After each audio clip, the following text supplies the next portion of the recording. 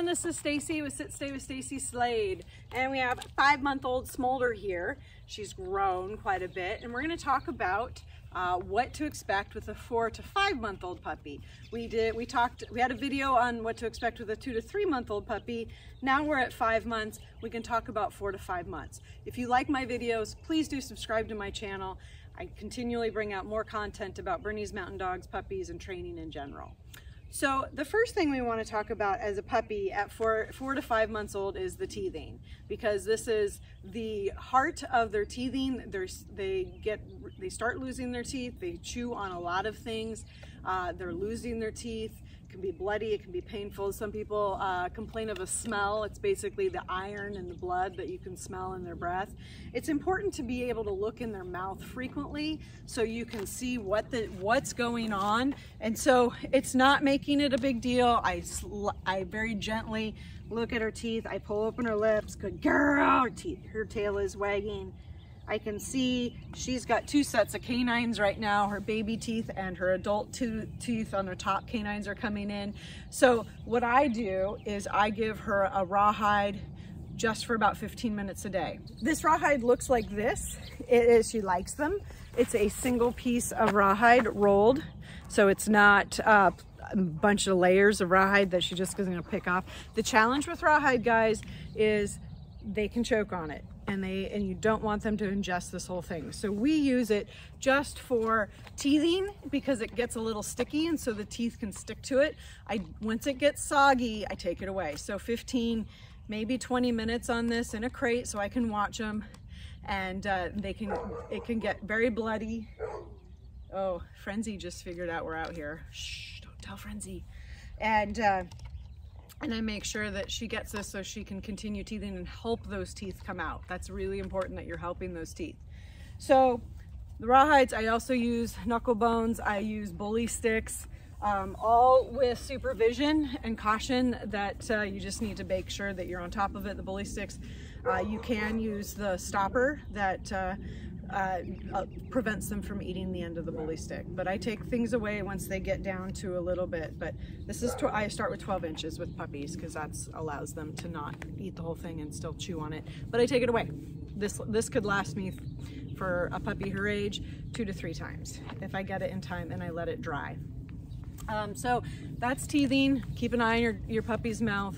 Know that they might be quite sore. Some dogs can get a little diarrhea from teething. Their appetite might change a little bit, so just keep that in mind. The next thing I want to talk about is they're growing. She's grown quite a bit. She's 56 pounds at 5 months old. She's got a lot going on. So making sure that she's in a safe environment. She's not flying up and down stairs. She's not jumping off of couches. She's controlled, but also know that I have to increase her food. And you know, sometimes I get stuck behind the 8 ball and I'm looking at her and I'm like, oh my gosh, you need more food. So it's really knowing your puppy, feeling that their sides. I like my dogs to be fairly well lean, but you need to make sure they have enough sustenance. So if you can see, I'm going to pull her this way. You can see that she's pretty lean down her back. I don't know, it might be hard to see on the video, but you can see that she doesn't have a rotund belly under her.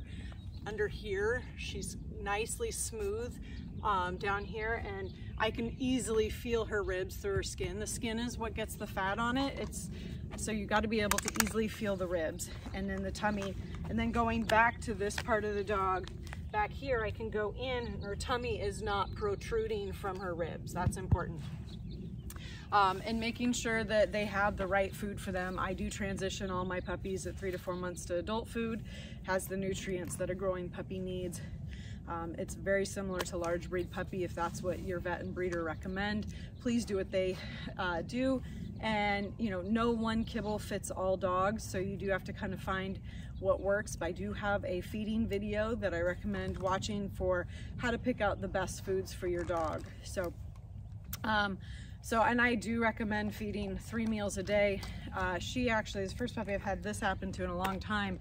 At about 4 or 5 o'clock in the morning, she will dry heave because her stomach is processing the acid. And so it helps at night if I just give her a small handful of kibble, and then that way she has something in her stomach. So it's just being on top of that, feeding 3 meals a day so they can process it. Don't get them fat, but do make sure that you're increasing their feed around 4 to 5 months as they are growing rapidly, as you can notice. Exercise, free play, some leash walks. I don't, you know, I can do a good leash walk mile or 2 with her, but she prefers free play, and I'd rather her develop her muscles with free play and in a safe environment, not, you know, making sure she's not pounding pavement hard, and she gets off to go run. She's a puppy. I see a lot of people have issues with their dog not wanting to go with them. I've never had that issue. Leash walks are fun, they're exciting. I do different walks all the time with them, and I do training, and I have treats, and we work through, like we'll stop and I'll do smolder. I'll do tricks and training. We'll do sit, good, stand. So we'll do all sorts of things that keep her brain engaged and fun. So if your dog is not wanting to go on a walk, I would look at a couple different things. You know, is the collar and leash you have on them comfortable? I don't subscribe to harnesses because I don't, usually they either impinge their muscle movements and they make it harder for them to move, and so they might be uncomfortable. And more people don't have control of their dog when they're on a harness. I use harnesses for drafting and for tracking when I want my dog to pull me. Harnesses are for pulling. So I subscribe to a martingale, collar, limited slip, or this is a combination slip lead from Mes Amis. I can put the link in the comments, and it stops as a collar, but it just is a slip lead. It's soft nylon, doesn't break their coat, which for me is important, being in the show ring, and I can slip it over their head and we go. I love this combo lead, and I have good control of her with it. So kind of note that puppy play dates and appropriate dogs, as well as making sure they have free play is super important. Long leash walks, not so important, but just watch your dog. If they don't want to go on a walk, let's analyze why. Because, you know, dogs should want to go and have a good time and be connected with you when they go on the walks. Training, huge thing of mine is their brain is growing with their body, so things look differently. If they start doing different behavior at this age, she started being like, you know, for about 4 months old, I could call her and she would always come running, and then all of a sudden she kind of looked at me like, do I have to come? Yeah, you. And so it's just modifying a little bit of what I'm asking her to do and making sure I'm more exciting. I always 100% have treats on me, and no, I don't wean them off of treats, guys. I always have treats on me. Why not? They need to be paid for what they do. So I get a better response from my dogs if I have treats on me. They know they will always come, they always get rewarded. And then if there is that off chance I don't have treats on me, they're gonna assume I do, and they're gonna come running. All of my puppy owners, I suggest getting into a puppy class and staying into obedience for the first year of your puppy's life. Why? Because their brain changes, their body changes, their thought process changes. It's kind of like saying to a kindergartner, you're just gonna go to kindergarten and then you're good the rest of your life. That's not how we work, it's not how dogs work. They need to keep going to class, keep learning new things for the different skill level and ability level that they're at. They might learn sit down and stay as a baby. As an adolescent, it's going to look very different, and they have different motives, different things are coming into their head.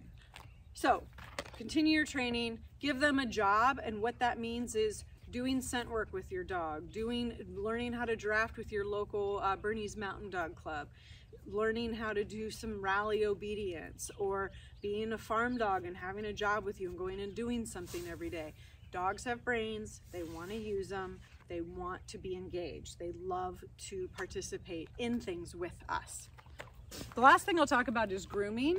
I wash my dogs every month and blow dry with a dryer on a table, so they get used to that experience. She was super happy little dog on the table.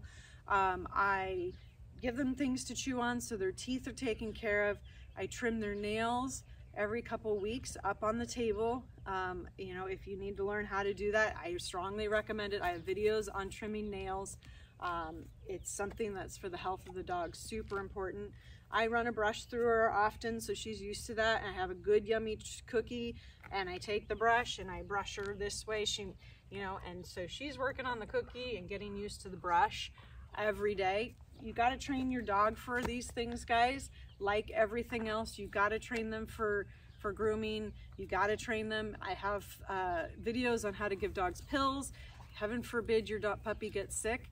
You need to be able to give them pills and train them for that, so it's not a big deal and it's easy and you're happy and know how to do it. Happy to answer any questions about puppies. At this point in age, hopefully they're not going to the vet. Some people battle diarrhea. I have a video on diarrhea. Be very aware of what you're putting into your dog system, what they're eating out in the yard, how much stress you're putting on them. Smolder. How much stress you're putting on them. All of those things can cause diarrhea. Vaccines can cause diarrhea. It's more treats, feeding too much, feeding all at one time. There's all these things that can contribute to it. So be aware, make sure that you're taking in all the experts' advice and getting the right advice from the right people, which would be your breeder, your vet, and any breeders that are part of your local or regional Bernese Mountain Dog Club. Happy to answer questions. Tried to make this quicker than I did. So the biggest thing is have fun with these puppies. Don't stress them out. Don't do anything that makes them too worried.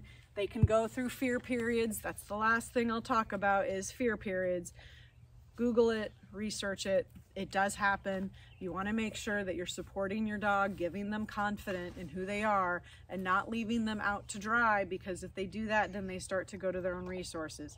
Support them, teach them that the world is a good place, and work them through the fear periods, because when they come out of them, they'll be a better dog for it, but don't force it. Don't encourage the fear. We don't want to encourage that in the dogs. Enjoy your puppy, and please subscribe to my channel. Right, Smolder? He is